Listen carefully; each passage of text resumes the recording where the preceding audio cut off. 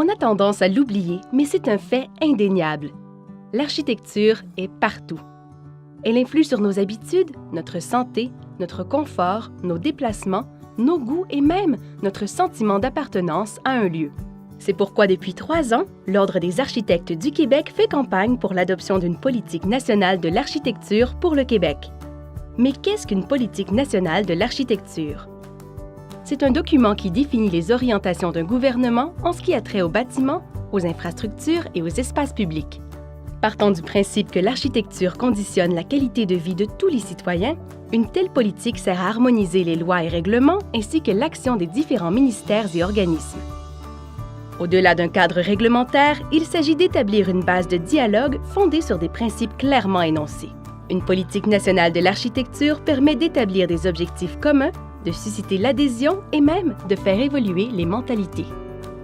Élaborée pour plusieurs années mais adaptable, cette vision commune doit demeurer malgré les changements de gouvernement afin que l'architecture reflète les aspirations de la société de manière durable. À quoi pourrait ressembler la politique nationale de l'architecture du Québec? Cette conversation publique vous offre la toute première occasion d'en discuter et d'imaginer collectivement l'avenir de votre environnement bâti. La conversation publique sur la politique nationale d'architecture du Québec a 3 objectifs. Tout d'abord, elle cherche à sensibiliser les Québécois à l'influence de l'architecture sur leur qualité de vie. Ensuite, elle permet d'entendre les idées et les préoccupations des Québécois en matière d'architecture. Finalement, elle mènera à la remise au gouvernement du Québec d'un mémoire faisant état de ses préoccupations et démontrant la nécessité d'une politique nationale de l'architecture pour le Québec. Au total, 13 villes du Québec sont visitées, de sorte que le point de vue des gens de différentes régions sera entendu. La conversation publique a également lieu en ligne. Renseignez-vous au www.architecture.québec. Le rapport sera présenté le 28 septembre prochain à Montréal lors d'un forum national sur la politique nationale de l'architecture. Que ce soit d'un point de vue individuel ou collectif, l'architecture nous concerne tous.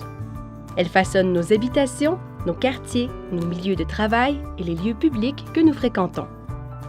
En raison des nombreux projets de construction ou de rénovation en cours et à venir, elle entraîne au Québec des investissements importants, tant privés que publics. Elle pose également des défis et des dilemmes auxquels il faut s'intéresser. Pensons par exemple à la modernisation d'un centre hospitalier. Cela peut nécessiter une rénovation ou un déménagement dans des bâtiments neufs. D'un côté, la rénovation pose des défis importants, notamment en matière d'espace et de mise aux normes, tandis que de l'autre, la construction neuve nécessite de sélectionner un site pour le futur bâtiment et de trouver un nouvel usage au bâtiment délaissé. Attardons-nous maintenant à la construction d'une tour d'habitation. Elle peut sembler judicieuse en regard de la densification urbaine, mais soulever des inquiétudes en ce qui a trait à l'ensoleillement, aux corridors de vent ou encore à la convivialité d'un quartier. Un autre enjeu architectural important est celui du vieillissement de la population québécoise. En 2061, les 65 ans et plus représenteront 28 % de la population, une hausse colossale si l'on compare aux 16 % enregistrés en 2011.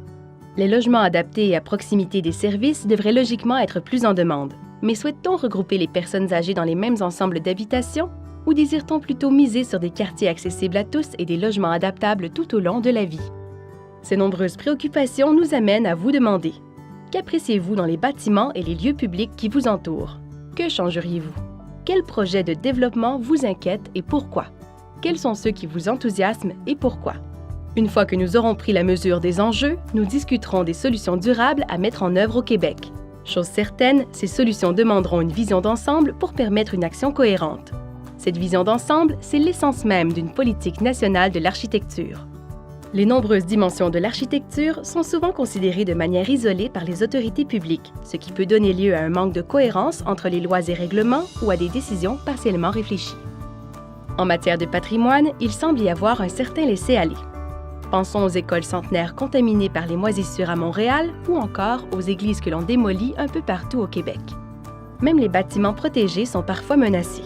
Cette situation survient notamment si leurs propriétaires n'ont pas les moyens ou la volonté de les entretenir adéquatement. Quant aux paysages, aucun d'entre eux n'est actuellement protégé, bien que certaines règles du gouvernement le permettent. Plusieurs régions comme la Gaspésie, les Laurentides et l'Estrie se sont dotées d'une charte des paysages pour sensibiliser les différents acteurs du développement, mais ce type de déclaration n'a malheureusement aucune valeur légale. L'architecture ne peut se concevoir en vase clos puisqu'elle est intimement liée à l'aménagement du territoire. Chaque nouvelle construction prend un espace dans un environnement existant, qu'il s'agisse d'un terrain vague en plein centre-ville, d'une terre en zone agricole ou d'un milieu naturel. Enfin, l'architecture se doit de répondre adéquatement aux besoins de la communauté. Il est donc important que la population puisse s'exprimer à propos de ces milieux de vie.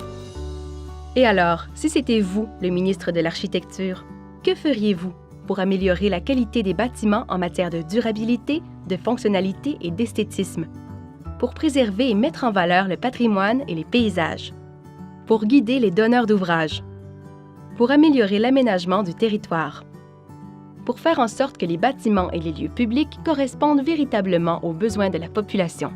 Cette réflexion collective que l'on entame est cruciale à l'élaboration d'une politique nationale représentative de nos besoins et aspirations. Définissons ensemble l'architecture du Québec.